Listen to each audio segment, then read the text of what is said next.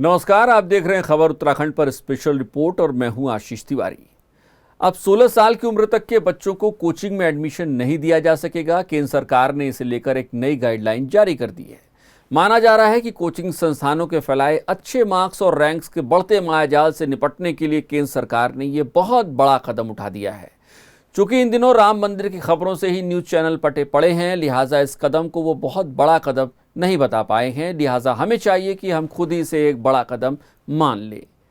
केंद्र सरकार ने कहा है कि कोचिंग वाले अब न तो 16 साल से कम उम्र के बच्चों का एडमिशन ले सकते हैं और न ही उनके माँ बाप को अच्छी रैंक लाने और अच्छे अंक दिलाने जैसे भ्रामक दावों के एक और मायाजाल में फंसा सकते हैं। ये ठीक वैसे ही है जैसे कोई कहे कि फलां साबुन लगाने से आपकी त्वचा से आपकी उम्र का पता ही नहीं चलेगा, या फिर फलां क्रीम लगाने से आप बला के गोरे हो जाएंगे या हो जाएंगी। आप गोरे हुए या नहीं ये तो नहीं पता, लेकिन क्रीम वाले अब भी अपनी क्रीम बेच रहे हैं। इन कोचिंग वालों को कैसे रोका जाएगा ये राम ही जाने। केंद्र की इन नई गाइडलाइन में एक अच्छी बात यह भी है कि बच्चे के मार्क्स अब सार्वजनिक नहीं किए जाएंगे। केंद्र सरकार की ओर से जो गाइडलाइन जारी हुई है उसमें लिखा गया है कि coaching centre shall not make public the result of assessment test conducted by it, keeping the assessment test confidential. It should be used for regular analysis of performance of students. इन पंक्तियों को पढ़ने के बाद यही लग रहा है कि बच्चे के अंकों के बारे में किसी तीसरे व्यक्ति को नहीं बताया जाएगा। ये साफ नहीं हो पा रहा है कि बच्चों के मार्क्स उस बच्चे या फिर उनके माता पिता को बताए जाएंगे या नहीं। आप इस नियम की अपने हिसाब से फिलहाल विवेचना कर लीजिए। गाइडलाइन में और भी कई नियम हैं। मसलन हर कोर्स की ट्यूशन फीस फिक्स होगी, बीच में फीस नहीं बढ़ाई जाएगी। साथ ही इसकी रसीद देनी होगी। तय समय से पहले कोर्स छोड़ने पर 10 दिन में बची फीस वापस करनी होगी। अगर स्टूडेंट्स हॉस्टल में रह रहे हैं तो हॉस्टल फीस और मेस फीस भी लौटानी होगी। कोचिंग की वेबसाइट पर फैकल्टी की एलिजिबिलिटी और कोर्स पूरा होने की अवधि बतानी होगी। हॉस्टल की सुविधा, फीस और मेस की पूरी जानकारी भी देनी होगी। बच्चों की मेंटल हेल्थ का ध्यान रखना होगा। साथ ही उनके ऊपर अच्छा परफॉर्म करने का प्रेशर नहीं बनाया जाएगा। स्टूडेंट्स अगर किसी परेशानी में हो तो मदद के लिए सिस्टम बनाना होगा। कोचिंग सेंटर्स में साइकोलॉजिकल काउंसलिंग के लिए प्रॉपर चैनल होगा। साइकोलॉजिस्ट काउंसलर के नाम और वर्किंग टाइम की जानकारी पेरेंट्स को देनी होगी।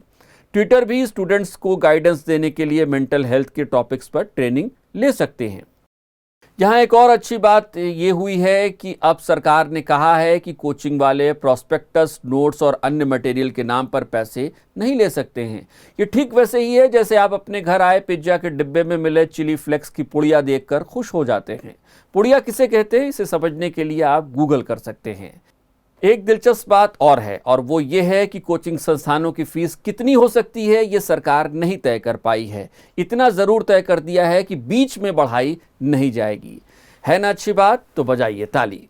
हाल ही में गैर लाभकारी संस्था द्वारा तैयार की गई annual status of education report या फिर हिंदी में कहें तो असर रिपोर्ट जारी की गई है। रिपोर्ट में देश के 28 जिलों के सरकारी और प्राइवेट शिक्षण संस्थानों के 34,745 युवाओं का सर्वे किया गया है। इस रिपोर्ट को बियॉन्ड बेसिक्स नाम दिया गया है। वैसे नाम में क्या रखा है, आइए इस रिपोर्ट की फाइंडिंग्स का पता लगाते हैं।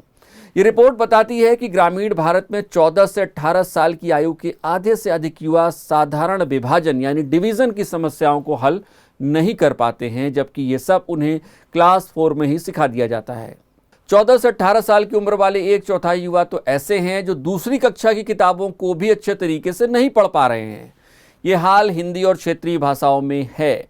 इसी रिपोर्ट में बताया गया है कि अंग्रेजी छात्रों के लिए बड़ी चुनौती है। स्कूल में नामांकित छात्रों में से केवल 57.3% छात्र अंग्रेजी में वाक्य पढ़ सकते हैं।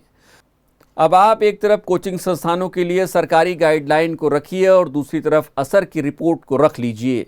आपको समझ में आएगा कि कैसे कोचिंग संस्थानों की अमरबेल इस देश में गली गली फैलती गई और सरकारें किसी शुतुरमुर्ग सी रेत में सिर घुसाए बैठी रहीं।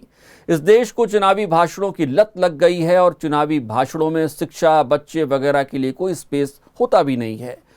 कुकुरमुत्ते की तरह उगते प्राइवेट स्कूल स्मोक की तरह हर तरफ छाए हुए हैं और सरकारी स्कूल दिल्ली में साल में 1-2 बार दिखाई देने वाली धूप सी सिमटते जा रहे हैं।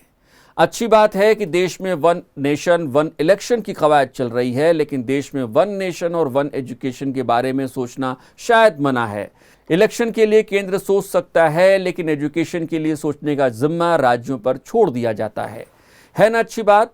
भारत के कई राज्यों में, बल्कि कहिए कि अधिकतर राज्यों में स्कूली एजुकेशन में बच्चों की हालत कोल्हू के बैल की तरह होती जा रही है। एक टेस्ट बीता नहीं कि दूसरे टेस्ट का सिलेबस उनकी डायरियों में आ जाता है। रैंक अच्छी ना आए तो पेरेंट्स टीचर्स मीटिंग में टीचर साहूकार और पेरेंट्स देनदार जैसी भीगी बिल्ली की तरह पहुंचते हैं। स्कूली एजुकेशन में टेस्ट का इकोसिस्टम है, ये टीचर्स स्टूडेंट से लेकर पेरेंट्स तक में घूमता रहता है। कोटा में बच्चों के सुसाइड रोकने के लिए विशेष तरीके के पंखे हॉस्टलों के कमरों में लगाए जा रहे हैं और दिल्ली के मुखर्जी नगर में सरेराह सपने दिखाए जा रहे हैं। भारत में शिक्षा एक भंवरजाल है, जो डूबा सो डूबा और जो पार लग गया वो भी समझिए कि डूब ही गया है। हैरत और हैरानी का कोटा अभी बचा कर रखिए, क्योंकि जिन 16 साल तक के बच्चों को कोचिंग में एडमिशन नहीं मिल सकता, वो 17 साल की उम्र में अग्निवीर के लिए अप्लाई कर सकते हैं और 21 की उम्र में तो रिटायर भी हो सकते हैं। है ना दिलचस्प।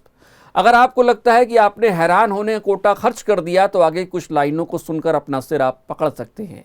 एक रिपोर्ट है जिसका नाम है ओपन डोर्स रिपोर्ट। इस रिपोर्ट के मुताबिक अमेरिका में पढ़ाई कर रहे 10 लाख से अधिक विदेशी छात्रों में भारतीय छात्रों की संख्या 25% से अधिक है।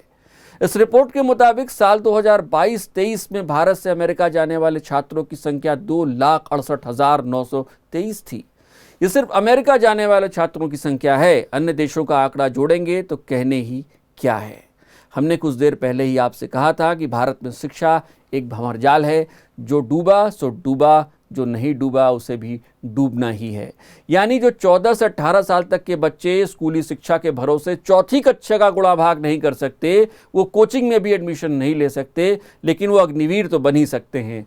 न बन पाए तो अमेरिका जाकर पढ़ सकते हैं, और फिर भी कुछ न कर पाएँ तो आप सोच सकते हैं कि पढ़ लिख कर भी क्या होगा। आपकी इस वीडियो पर क्या राय है, हमें कमेंट करके बताइएगा। अगर आप हमें फेसबुक पर देख रहे हैं तो पेज को फॉलो करें। अगर यूट्यूब पर देख रहे हैं तो चैनल को सब्सक्राइब करना मत भूलिएगा। नमस्कार।